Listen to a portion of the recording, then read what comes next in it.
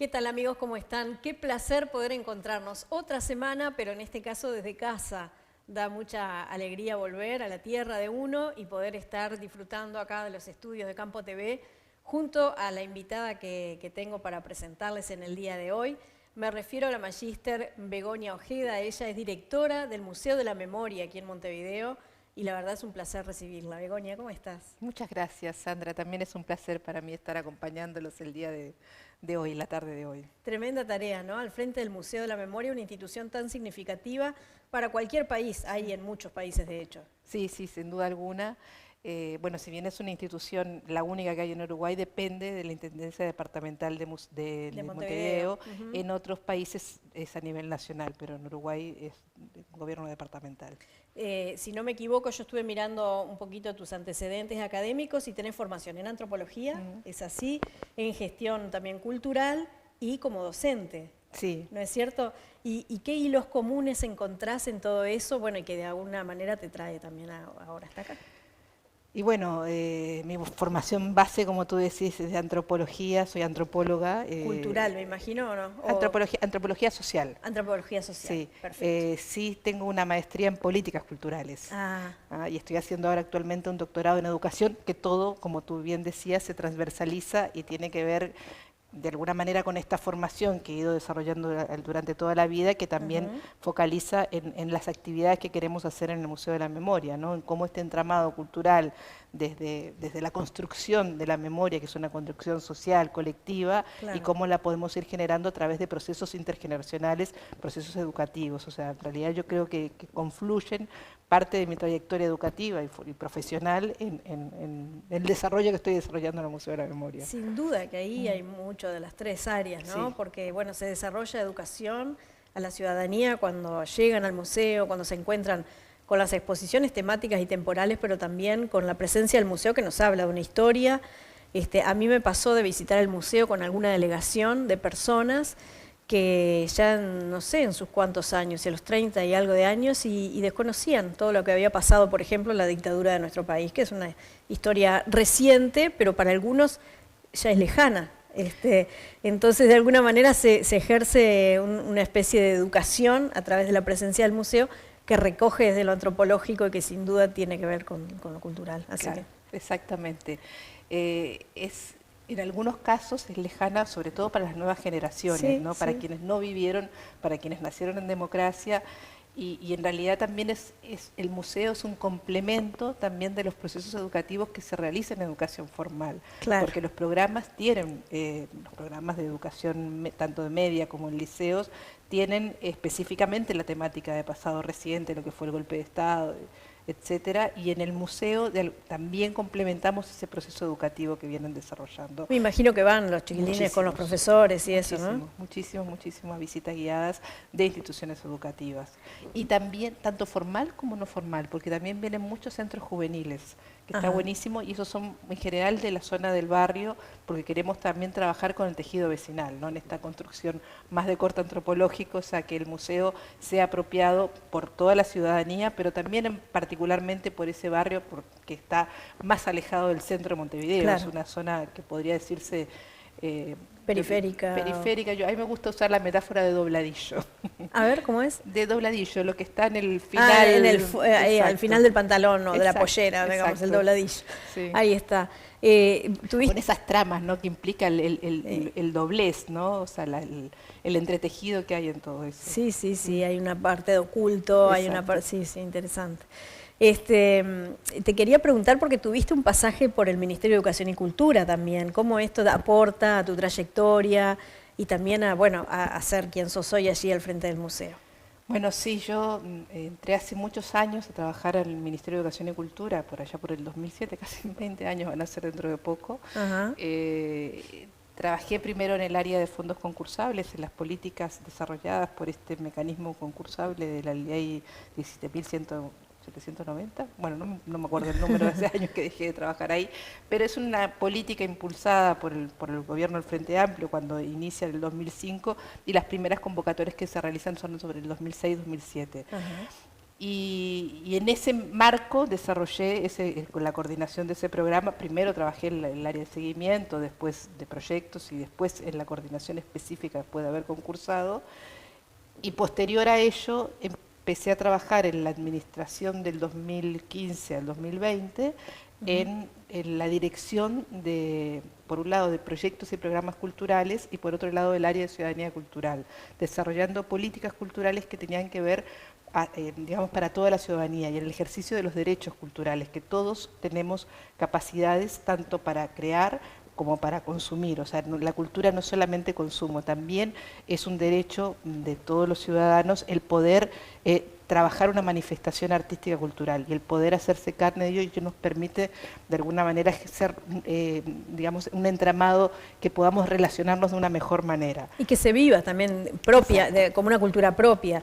Porque cuando uno consume algo hecho por los demás o estas categorías que a veces hay de la alta cultura o la baja cultura o qué sé yo, bueno, uno se siente ajeno a aquello que va a observar a un escenario catalogado como de alta cultura. Sin embargo, cuando uno participa, tiene que ver con mostrar, me imagino, la realidad social también. Se mueven otros mecanismos, otras cosas en las personas cuando uno forma parte de un proceso creativo, sea cual sea, ¿no? Ya sea a nivel artístico o a nivel, no sé, académico, siempre que uno pone en marcha esa capacidad que tenemos todos de poder crear, ¿no? Crear, no sé, un espectáculo, un proyecto, el poner de manifiesto la imaginación y el cuerpo en el desarrollo de una capacidad determinada, puede ser plástica u otro tipo.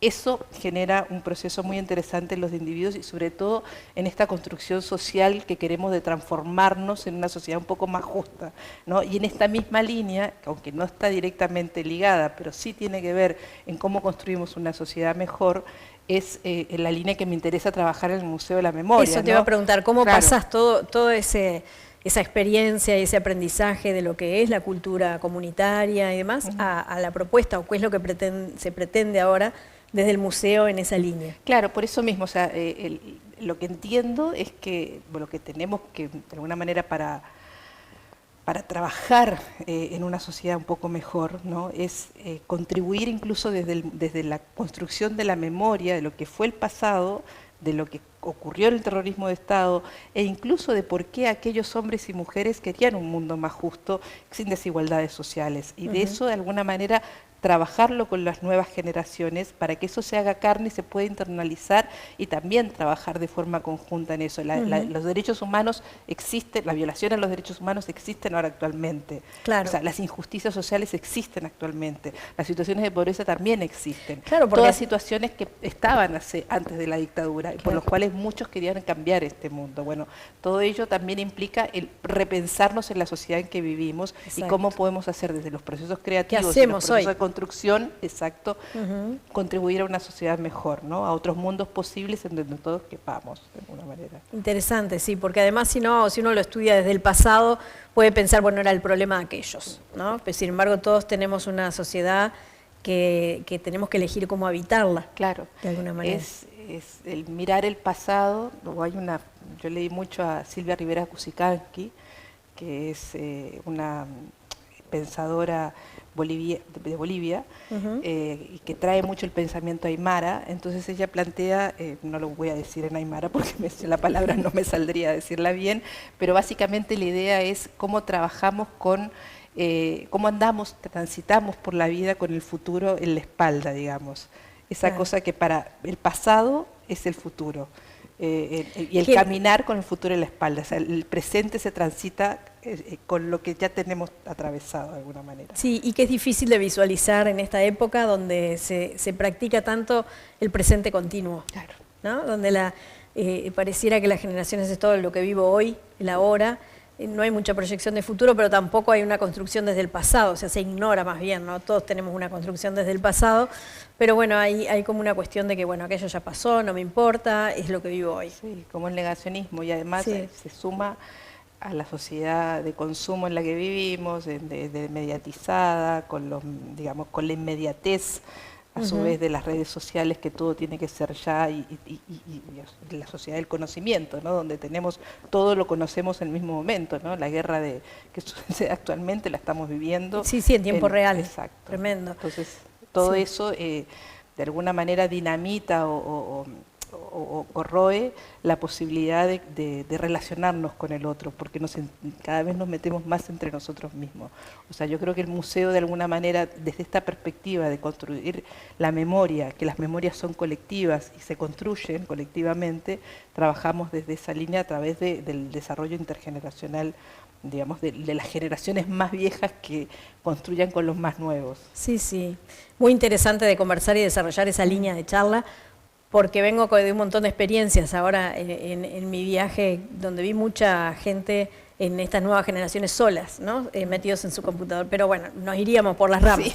Pero te quería preguntar, el museo ha hecho llamado justamente a proyectos para que la comunidad presente. ¿Qué se han encontrado con eso? Con la creatividad de la gente de la zona o quizás, bueno, de otras zonas de Montevideo, pero ¿qué les han propuesto? Sí, bueno, en la experiencia última no tuvimos una buena receptividad, digamos, de postulaciones. Se postularon 2 nada más. Quizás el periodo fue muy corto, estamos en evaluación de esos llamados, esas propuestas artísticas para desarrollar proyectos expositivos. Hicimos 2 tipos de llamados, uno para el desarrollo de propuestas expositivas. Que eso implica que artes plásticas... Claro, artes visuales, o cualquier otro tipo de manifestación que pueda ser se pueda exponer en el museo, ¿no? Y ahí en este periodo tuvimos 2 postulaciones que bueno, ahora en breve se presentan los fallos, y además hicimos un llamado a talleres, y ahí sí tuvimos una mayor capacidad de convocatoria, de postulaciones. Y bueno, son talleres dirigidos a infancias, talleres dirigidos a adolescencias, que también estamos por publicar los fallos, donde a través de las manifestaciones artísticas, los profesores, los talleristas están proponiendo transitar procesos de recuperación de la memoria. Entonces son muy interesantes. Qué bueno. Sí. Bueno, ¿y tuvieron gente de la zona o se trata de personas...? No, en general no fueron de la zona, los postulantes, ¿no? Fueron más diversificados. Sí, más de la ciudad, digamos, de todo el departamento. Una de las cosas que tenemos es, digamos, que queremos trabajar es ampliar los públicos o los destinatarios o quienes están dirigidos a las actividades que nosotros realizamos, ya sea tanto que asisten al museo como a quienes se dirigen las convocatorias. O sea, en realidad en estas temáticas y en otras muchas, o sea, como que hay públicos que están cautivos, que tienen que ver con que están interesados en la propia temática, pero el desafío es cómo llegar a otros nuevos públicos, es decir, aquellos que incluso están cercanos en el barrio, pero no se acercan a las actividades que realizamos, como por ejemplo el cine que tenemos todos los últimos viernes de cada mes. O sea, en general viene gente más vinculada a la temática y lo que nos interesa es que vengan aquellos, claro, que no necesariamente están vinculados, porque para construir tenemos que tener diferentes miradas. Exacto. Te iba a preguntar, como especialista de la cultura y también tu trayectoria, no solamente por tu formación académica, sino también por toda tu trayectoria, ¿cuál te parece que es el desafío a nivel de la gestión cultural actualmente, o de políticas más bien culturales? ¿Cuál es el desafío, uno de los desafíos más interesantes o al que habría que abocarse? Bueno, una pregunta grande. Una pregunta bastante grande. Yo creo que los desafíos son múltiples, sin duda alguna, depende desde dónde nos paremos para desarrollar los desafíos. A mí particularmente me interesaría como desarrollar lo que tiene que ver con la participación ciudadana y en estos procesos creativos, o sea, es decir, el que los derechos, que se vivan todo como el derecho. Mundo se sienta sujeto de derecho. Exacto. Ese es el mayor desafío, que no son para algunos, y eso es transversal no solamente para las políticas culturales, sino en general para todas las políticas sociales. O sea, hay quienes no se perciben como sujetos de derechos. Derechos, o sea, yo tengo derecho a tener un momento de esparcimiento, un momento de ir al cine, un momento de desarrollo. Eso no lo perciben, no se perciben a sí mismos como una necesidad. Claro. Como necesidades básicas. Sí, es para algunos, pero no para mí. Culturales, en ese sentido. Entonces yo creo que uno de los desafíos de las políticas y de la gestión específicamente es que la cultura no sea para unos pocos, sino que sea de todos. Exacto. Que en términos antropológicos, claro que es así, porque la cultura es todo, todos tenemos cultura.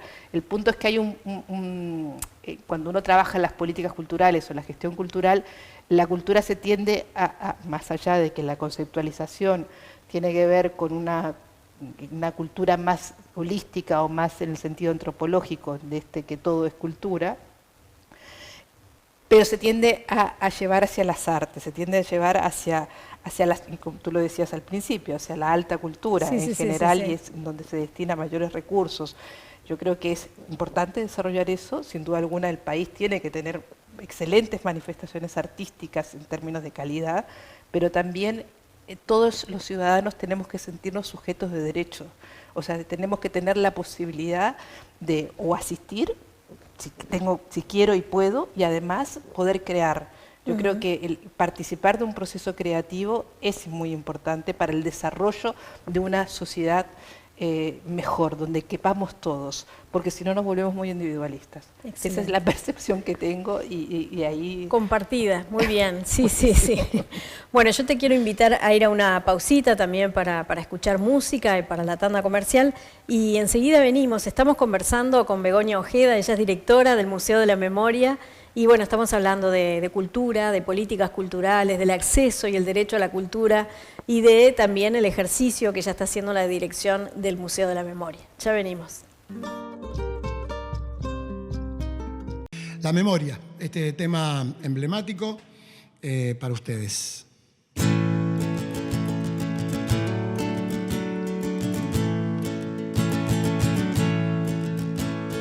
Los viejos amores que no están, la ilusión de los que perdieron, todas las promesas que se van y los que en cualquier guerra se cayeron.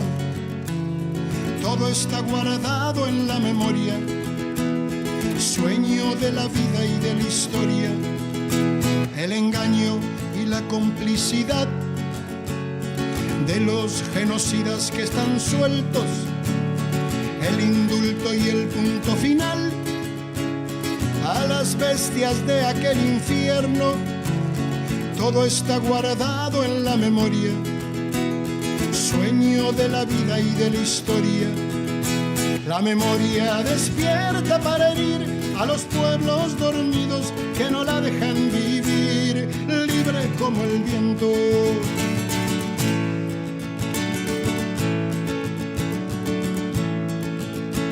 Los desaparecidos que se buscan con el color de sus nacimientos, el hambre y la abundancia que se juntan, el maltrato con su mal recuerdo, todo está clavado en la memoria, espina de la vida y de la historia.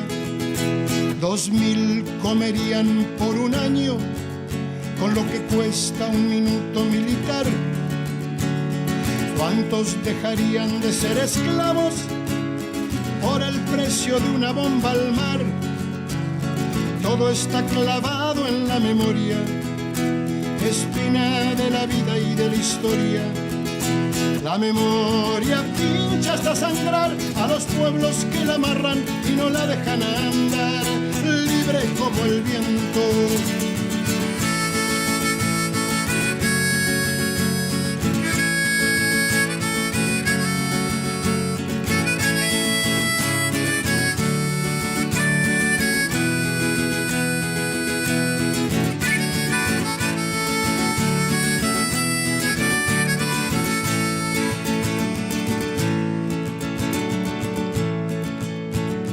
Todos los muertos de la AMIA y los de la Embajada de Israel, el poder secreto de las armas, la justicia que mira y no ve, todo está escondido en la memoria, refugio de la vida y de la historia. Fue cuando se callaron las iglesias, fue cuando el fútbol se lo comió todo, que los padres Palotinos y Angelelli dejaron su sangre en el lodo. todo está escondido en la memoria, refugio de la vida y de la historia. La memoria está ya hasta vencer a los pueblos que la aplastan y que no la dejan ser libre como el viento.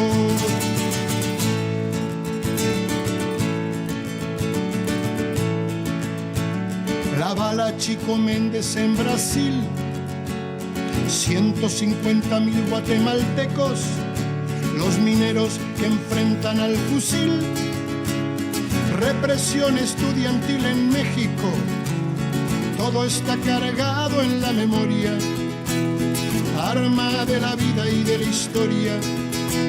América con almas destruidas, los chicos que mata el escuadrón, suplicio de Mujica por las villas, dignidad de Rodolfo Walsh, todo está cargado en la memoria, arma de la vida y de la historia.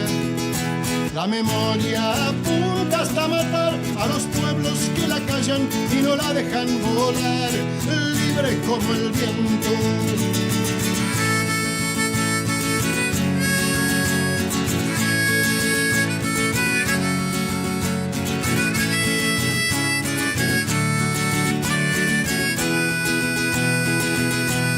Libre como el viento, libre como el viento.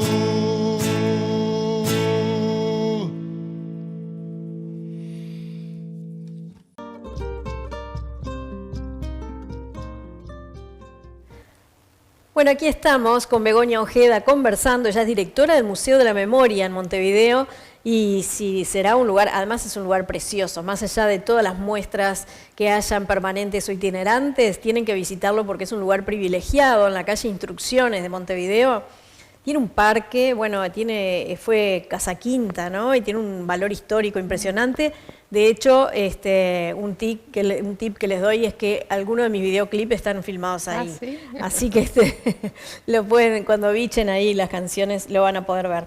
Te iba a preguntar, ¿qué te motivó a asumir la dirección del Museo de la Memoria? Bueno, por un lado necesitaba un cambio en mi vida laboral, que me llevó a postularme al concurso, pero por otro lado por mi historia personal, ¿no? O sea, si bien yo no lo había trabajado académicamente la temática de memoria, ahora sí, mi proyecto de doctorado tiene que ver con eso y la tesis que estoy realizando sí, pero y en realidad estoy haciendo un doctorado específicamente en narrativas biográficas y autobiográficas. Y ahí un poco es lo que me llevó a pensar también la temática específica del terrorismo de Estado, de lo que significó la dictadura, de cómo me atravesó a mí particularmente la generación que digamos, si lo miramos en las generaciones, sería la segunda generación. No nací en Uruguay, nací en Chile, cómo termino acá en Uruguay y todo esto que de alguna manera yo estoy trabajando y elaborando en mi tesis doctoral, se entroncaba con este proyecto de trabajarlo también académicamente en el Museo de la Memoria, ¿no? Entonces ahí es como empezaron a confluir los caminos y termino postulándome y terminé ganando el concurso de la dirección del Museo de la Memoria. Interesante. Con esto, cuando traes esto de lo autobiográfico, me hiciste acordar inmediatamente, hace muchos años, haciendo una entrevista para radio, al director de Cultura del departamento de 33, profesor de Historia. Me acuerdo que estábamos hablando de su vida, y en un momento rompe a llorar, porque conectó con un momento en su infancia. Él recordaba que cuando se llevaron preso al papá, él estaba castigado porque se había portado mal, yo que sé, como nene, ¿no? Y se culpó mucho tiempo de esa... Bueno, él vivía que se lo habían llevado porque él se había portado mal, ¿no? Entonces, ¿cómo atraviesa esto una persona al punto de su vivencia como niño, cómo lo trae hasta la adultez, ya un académico, una persona con una responsabilidad, una jerarquía departamental? Y bueno, nada, esas historias nos atraviesan de una manera muy importante. Sí. Te iba a preguntar cuál es la misión principal en el Museo de la Memoria con la que están trabajando en este momento, cómo se trabaja en esa misión desde lo cotidiano para llegar a cumplirla. Bueno, nosotros, o sea, lo fundamental es trabajar las políticas de memoria, ¿no? Y cómo podemos construirlas de forma colectiva en relación a lo que pasó, pero cómo pensamos digamos, un futuro y un presente más justo, ¿no? En ese sentido estamos trabajando lo que tiene que ver con violaciones a los derechos humanos, también las temáticas de reparación, el que nunca más se vuelva a repetir, y bueno, verdad, justicia, todo digamos, lo que implicó el terrorismo de Estado acá en Uruguay. Y eso también estamos, o sea, esto que lo trabajamos en todos los componentes en el museo, hoy se encuentra insertado de alguna manera en un proceso de actualización de lo que ha sido la propuesta museográfica, porque este museo se inauguró en realidad se creó en el 2006, se inauguró en el 2007, van a ser 20 años en que se empezó este proceso de creación del museo, con mucho empuje de la sociedad civil, específicamente de la Asociación de Amigos y Amigas del Museo de la Memoria, más otros colectivos de derechos humanos como familiares, hijos, bueno, Serpag, muchos colectivos que empujaron para que existiera este museo, que están involucrados porque forman parte digamos, de la historia del museo y de lo que se cuenta y se narra en el museo. Pero en estos 20 años también sucedieron muchas otras cosas, como por ejemplo que las mujeres, que en aquel entonces no se animaban a contar y relatar lo sucedido, presentaran la denuncia, ¿no? De las expresas políticas, la aparición de recuperación de identidades de muchos niños y niñas secuestrados, o sea, hay, por decir algunas, entre otras tantas. ¿Qué pasó con, no sé, con la represión hacia las mujeres trans? ¿Qué pasó con aquellas poblaciones afrodescendientes? O sea, que también la represión fue bastante más cruda o fue específicamente ensañada, o sea, y eso no está relatado. Entonces, hay como, entre otras cosas, como un proceso de revisión, no de revisión de lo que está, sino de cómo hay nuevas formas y nuevos relatos o especificidades que no están contadas, no están dichas. Quizás porque en el momento, hace 20 años atrás, no estábamos preparados para escucharlas o no estaban preparados quienes de alguna manera lo vivieron para contarlas. Un poco con el relato que tú traías, ¿no? Claro. Con lo que le pasó al director de Cultura de 33. Y esto es un proceso de revisión, porque la memoria no es única y estanca. En realidad es lo que vamos construyendo y rememorando y reconstruyendo permanentemente. Entonces, en ese sentido, nos embarcamos en el museo, junto con la Universidad de la República, ahí entran bastantes académicos de dedicaciones totales, ya sea de la Facultad de Humanidades, de la Facultad de Información y Comunicación, la Facultad de Ciencias Sociales, para pensar una actualización del guión, junto con los colectivos de derechos humanos. En ese proceso estamos, y la idea también es, a la par, conseguir recursos financieros o recursos, créditos en términos de inversión, para que esto se acompañe con una adecuación edilicia, porque el museo, claro, como tú lo decías, es una casa quinta, una casa que tiene bastantes años, una casa con su espacio determinado. Bueno, todos los museos en Uruguay son casas, eran casas, nunca fueron pensadas para museos directamente. Museos, salvo, no sé, la que está, pero es una fundación privada, ¿no? La que está, la Fundación Maca, de Pablo Echugarri, que es así, es tremendo espacio museístico. Sí, bueno, el Parque Rodó, ¿no? El de arte... el de arte contemporáneo no, pero a eso también fue previo otra cosa, no recuerdo qué, pero no fue pensado como un espacio museístico. Obviamente se hizo mucha adecuación edilicia y es un tremendo espacio para acceder a la exhibición. Pero en general muchos museos son casas, ¿no? O sea, casas sí, de muchos años, además con una riqueza arquitectónica y patrimonial importantísima, pero con una necesidad para mantenerlo. De pensarlo. Cuando tú, por ejemplo, traías los museos de la región, ¿no? Si pensamos, sin ir muy lejos, en Chile, yo vengo de ahí, el Museo de la Memoria de Chile es una casa pensada para el Museo de la Memoria, claro. O sea, se construyó para eso.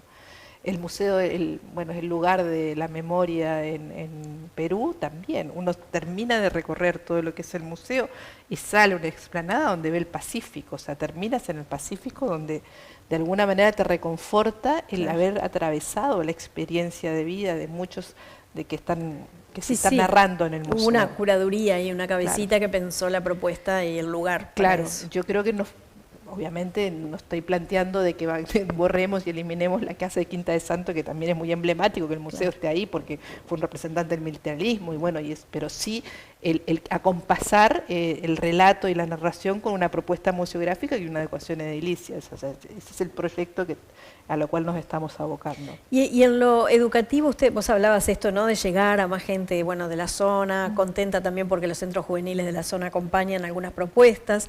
¿Cómo hacen esa articulación? ¿Tienen presencia en las instituciones educativas? ¿Tienen Sí. reunión con los directores? ¿Cómo se hace para llegar? Bueno, reunión con los directores no precisamente, pero sí hay un equipo docente, sobre todo del área de, digamos, de historia, básicamente profesores y profesoras de historia, de la zona, y no de la zona, digamos, específica circundante, sino en general con las instituciones educativas.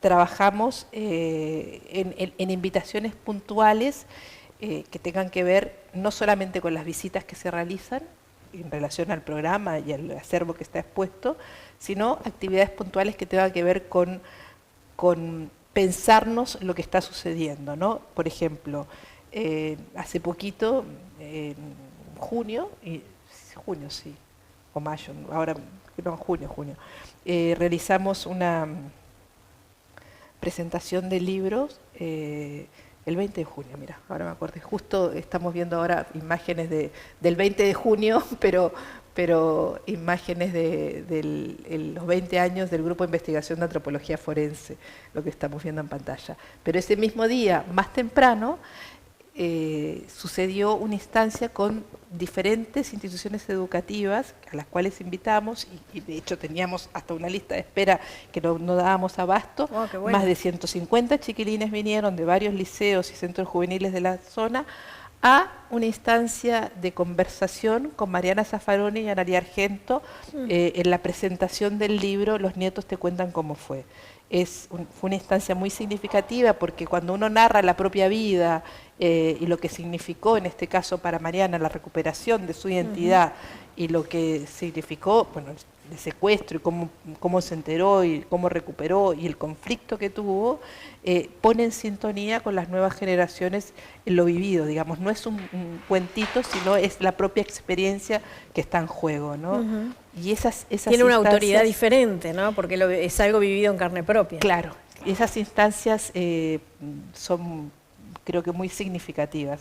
Y ahí un poco también está mi historia de vida con lo proyecto biográfico y autobiográfico, ¿no? Claro, claro. O sea, creo que es, las narraciones en primera persona son fundamentales para poder relatar y construir con el otro los significados de lo vivido.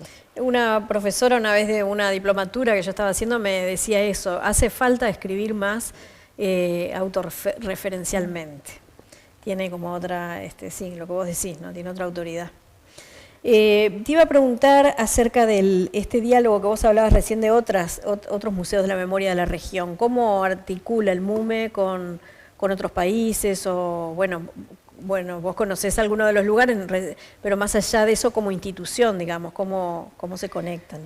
Bueno, el MUME tiene una larga trayectoria de articulación de la cual yo estoy formando parte más recientemente. Yo asumí la dirección en septiembre, pero el director y los directores anteriores, tuvo un tiempo muy largo Elvio Ferraro como director y después hubieron 2 direcciones interinas que mantuvieron vínculos con instituciones, no solamente museos, sino con sitios de memoria, digamos. El museo forma parte de la red SLAC, la red de sitios de la memoria, y bueno, tiene contactos directos, a veces bilaterales o a veces multilaterales, participa de reuniones, y en lo particular, lo que me ha tocado transitar, estamos trabajando conjuntamente con el Museo de la Memoria de Chile y el museo, bueno, hasta hace poquito la ex directora del museo, de la ex ESMA, digamos, Maiki Gorosito, que la destituyeron, pero bueno, pese a haberla destituido, igual seguimos en contacto y seguimos trabajando en esta línea de reconstrucción de la memoria,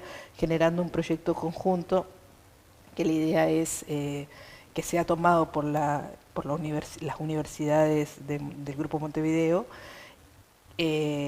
y desarrollar una línea de turismo vinculado a la memoria, ¿no? Y en esa línea venimos trabajando específicamente con ellas, lo que no quiere decir que tengamos otros mecanismos de Hace trabajo. un año exactamente estuve en la ex-ESMA, realmente una visita impactante, más allá de que ya estaba deteriorado, digamos, por la baja atención que se le estaba dando por las políticas actuales, pero Sí, lo que está viviendo Argentina es bastante complicado. ahí va, pero igualmente, para quienes yo nunca había ido, de mucho impacto. Además tuvimos estuvo ahí con nosotros una de las personas que había estado detenida y que salió con vida, digamos, y bueno, el testimonio nuevamente en primera persona que tiene ese impacto especial.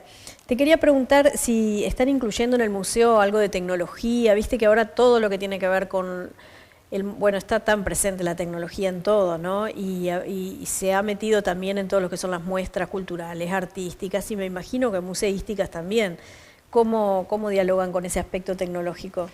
Bueno, en lo inmediato no, o sea, lo que estoy en el museo es la propuesta que viene hace 20 años. La idea es con esta actualización es incorporar las nuevas tecnologías, incluso en un formato, no sé, por ejemplo, algo muy sencillo y relativamente fácil, digamos, es de implementar con un televisor touch, Claro. el poder seleccionar como si fuese una tablet diferentes narrativas y ponerse auriculares. Claro. O sea, eso lo hacen en otros museos, la idea es tender a trabajar hacia esa línea. Hoy no lo tenemos porque, bueno, no requiere una inversión, claro. Claro, por eso te decía, en esta actualización del guión es, bueno, cuáles son las voces que nos faltan, cómo narrarlas, qué contar, y necesitamos inversión para ello, que puede ser una adecuación de edilicia, pero también en equipamientos, ¿no?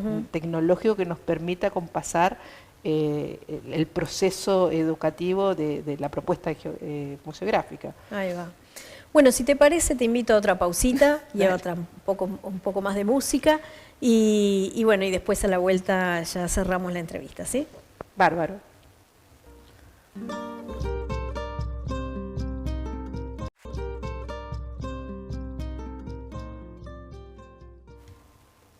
Regresamos, queridos amigos, y estamos conversando hoy aquí en los estudios de Campo TV con la directora del Museo de la Memoria en Montevideo, quien nos está contando acerca de la propuesta del mismo museo, hablamos de su trayectoria también. Y bueno, si ustedes lo quieren visitar, si andan por Montevideo o si viven en Montevideo, está en un lugar de fácil acceso, está en la calle Instrucciones, que es una calle muy conocida y casi propio, digamos, les decimos propio, pero es José Valle Ordóñez. También cerca de Millán. También o sea, cerca, son las dos arterias. ahí va, entre José Valle Ordóñez, voy a hablar bien porque estoy hablando por tele, y Millán, ¿no? En ese tramo, en ese lugar de hermosas casas quintas, muy arboladas y demás, está el Museo de la Memoria. Y enfrente el Museo Nacional de Antropología, que generamos un circuito, quienes van al Museo de Antropología suelen ir al Museo de la Memoria y viceversa. Ahí está, sí. Eso no lo tenía presente, qué bueno, sí. Porque ahí trabajan también haciendo sinergia con eso. Claro, sí. Excelente.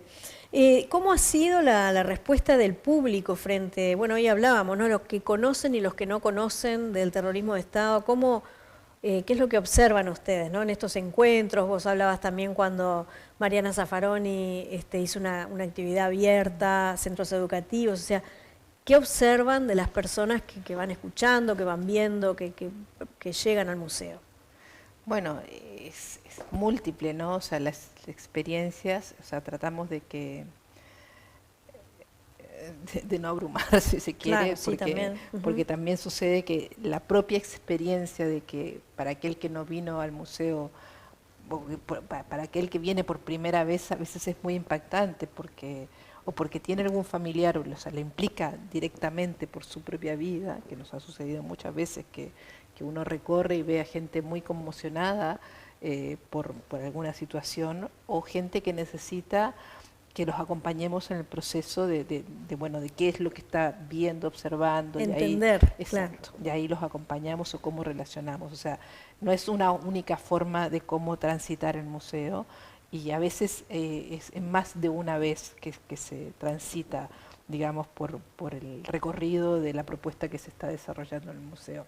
Una cosa que tiene el museo es un equipo súper amable, y eso ayuda mucho también, porque uno se acerca, pregunta y es recibido de buena gana, y además si es acompañado. Lo mismo me ha pasado a mí con con el tema de la respuesta de los correos electrónicos, cuando uno va con un grupo, siempre poniéndose a la orden y para coordinar. Y eso es muy importante porque si uno va y bueno, y lo reciben así medio que lo ignoran, claro, no te dan las mismas ganas de conocer, Sí. ¿no? Sí, por suerte, como tú decís, todos aquellos que trabajan en el museo son un equipo tremendamente comprometido, y querido, digamos, entre el compromiso que tienen hacia la tarea que desarrollan.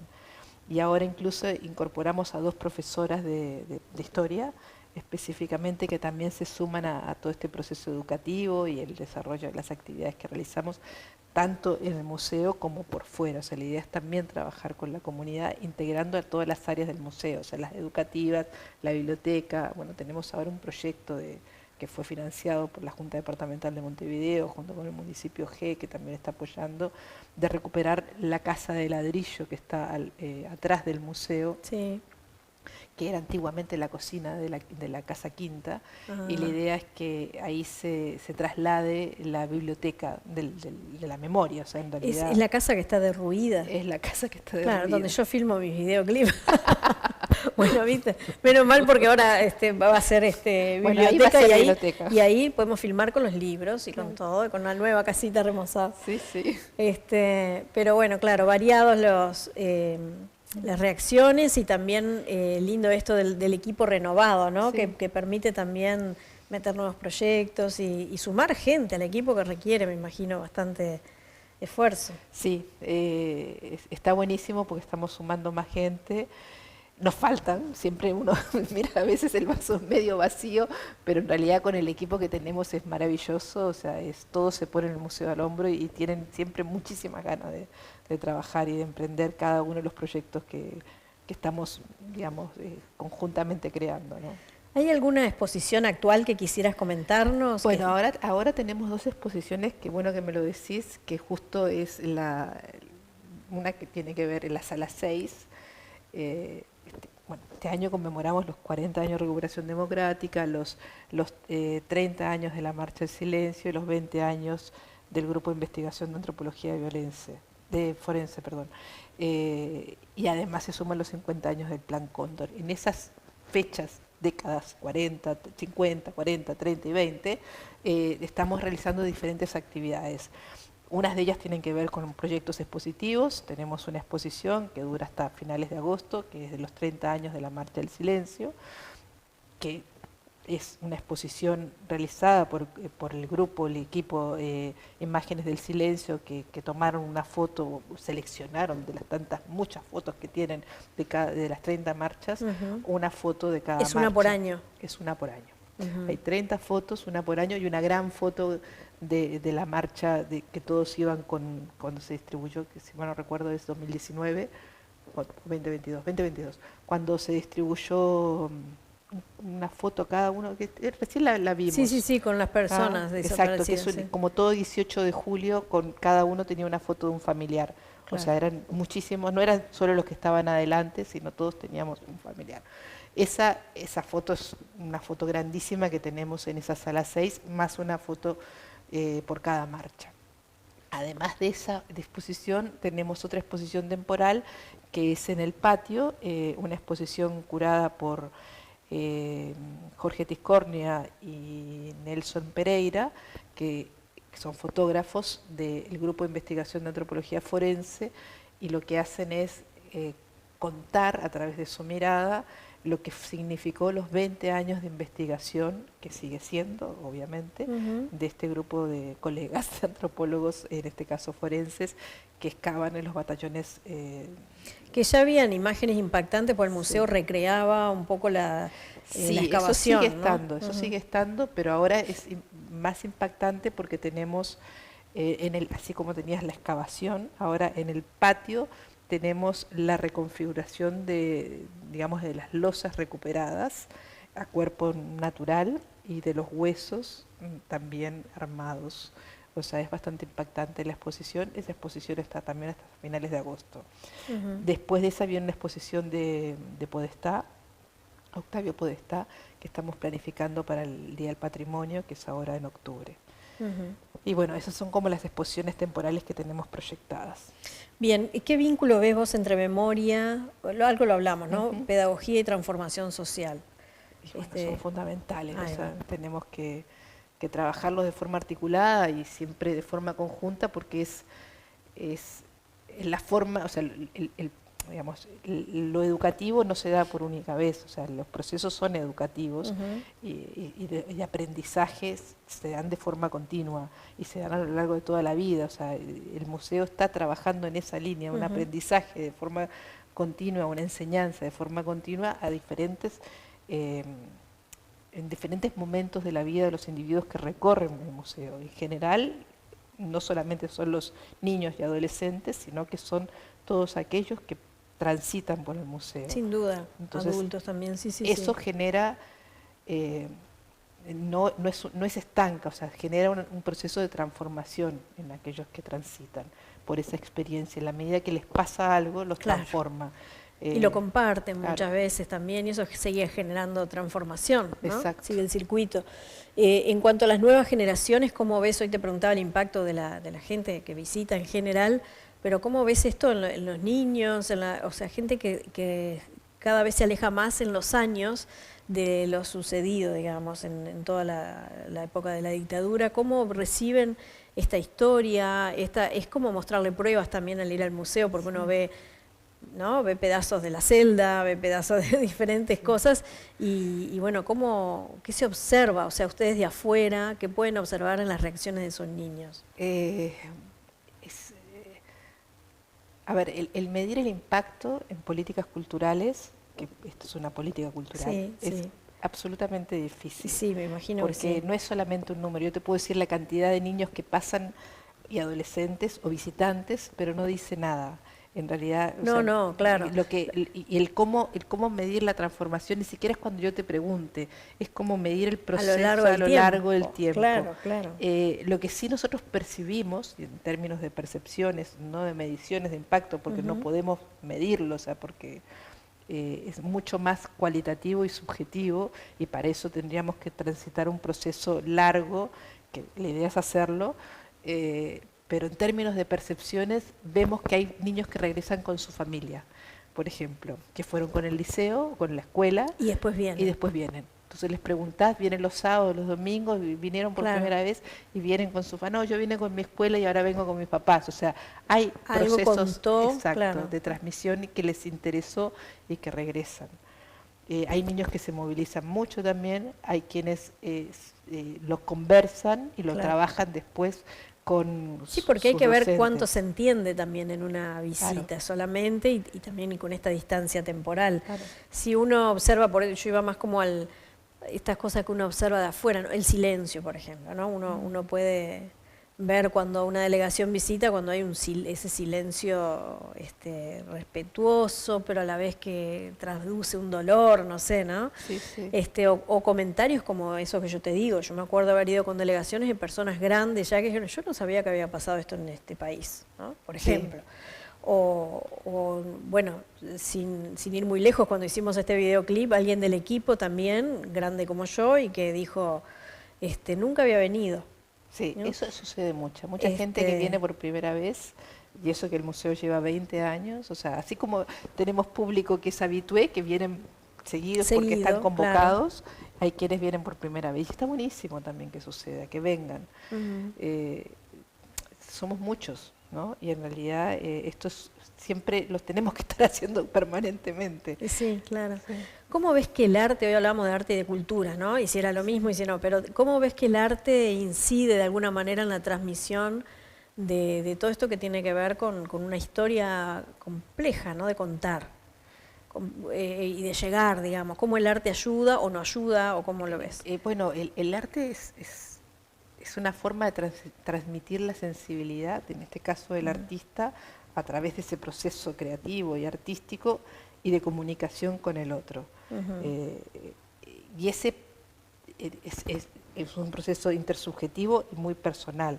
Hay quienes digamos, no es que se entienda, yo creo que las obras no hay que explicarlas, las obras artísticas se sienten, se internalizan, se sienten y uno vibra con ellas, o no vibra, porque no todo el mundo le llega de la misma manera. O no el mismo arte, Claro, capaz que alguien vibra con un libro, pero no claro, con una obra de teatro. Entonces lo que hay que promover son las diferentes manifestaciones artísticas para poder generar este entramado de nosotros como humanos, tenemos muchas vibraciones diferentes, entonces cómo podemos llegar a todos de diferentes maneras, siempre trabajando, o sea, todo lo que se hace en el museo, las manifestaciones manifestaciones artísticas tienen que ver con la temática de la memoria, no es cualquier tipo de manifestación, o sea, no es cualquier tipo de proyecto artístico que se desarrolla, sino que tiene que ver con algún vínculo, ya sea un espectáculo de danza, tenemos un coro en el Museo de la Memoria, por ejemplo, tenemos un taller de cerámica que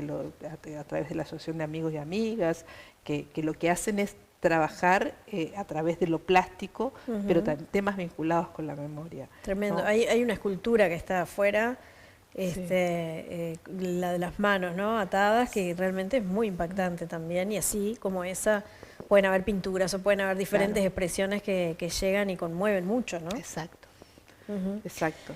Te iba a preguntar desde tu mirada educadora, digamos, ¿cómo pensás que hay que formar sujetos críticos para, bueno, no caer justamente en adoctrinamiento, sino de poder mirar la historia, lo que nos sucede, cuestionar, reflexionar, tomar postura?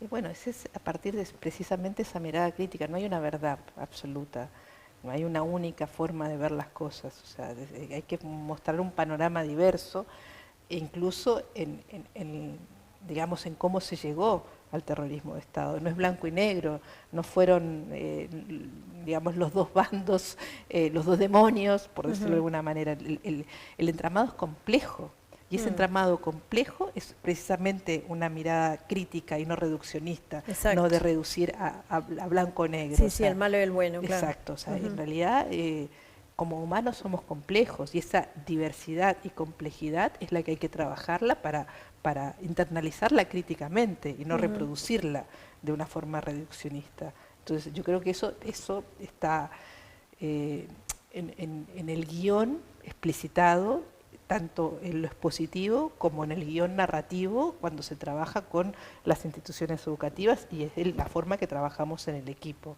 ¿no? Y acá lo que entra también es lo intergeneracional, cómo se juegan los roles intergeneracionales, o sea, estas subjetividades se componen de forma, digamos, conjunta, que no quede anclado en una sola generación. Para nosotros es fundamental el desarrollar procesos intergeneracionales.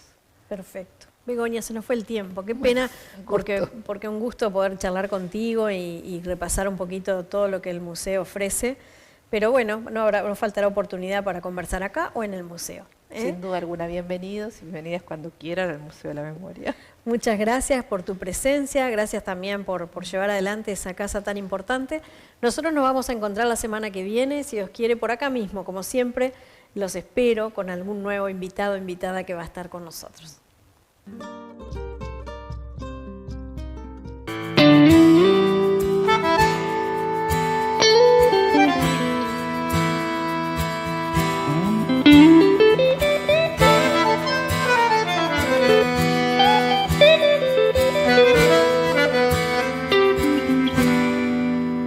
Mira el marinero que sabe del mar todos los secretos, hasta el más profundo. Puedes contestarme si yo te pregunto qué mares navega el pequeño Amaral. Aviador que vuelas en los infinitos, tal vez tú conozcas lo que estoy buscando. Es el nido dulce de Andrea y Fernando, porque se perdieron estos hermanitos. No, no, no, no, nito, angelitos sin olvido. No, no, no, no, nado, angelitos separados. soldado valiente cubierto de gloria. En esas batallas en que aplastas el mal, no estaría jugando Anatole Julien con una nenita llamada Victoria. Policía heroico, guardián de la vida, tú que siempre sabes todo lo que pasa, no quieres decirme que nació en tu casa, ni dónde llevaste a la hija de Aída. No, no, no, no llores, Angelita, sin amores. No, no, no, nonita, Angelita, tan solita. Señor presidente, oiga esta canción con todas sus tropas y sus cortesanos. No nos callaremos hasta que sepamos dónde está Mariana, dónde está Simón. No, no, no, nonita, Angelita de ternura. No, no, no, nonito, Angelito tan chiquito. Y les prometemos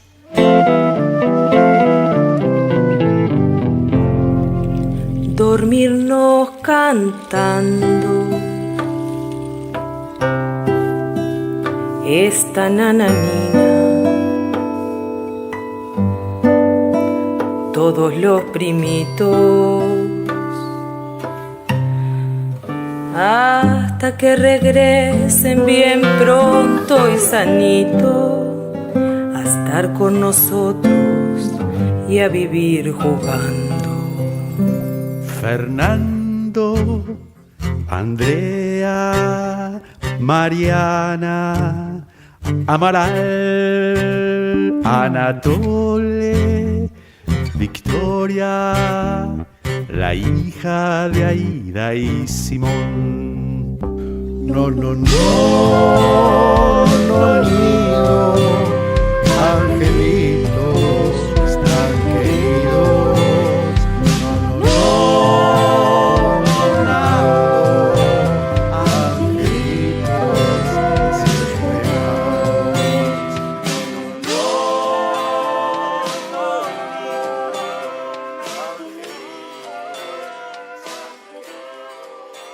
Mira el marinero que sabe del mar todos los secretos hasta el más profundo. Puedes contestarme si yo te pregunto qué mares navega el pequeño Amaral. Aviador que vuelas en los infinitos, tal vez tú conozcas lo que estoy buscando. Es el nido dulce de Andrea y Fernando, porque se perdieron estos hermanitos. No, no, no, nonito, angelitos sin olvido.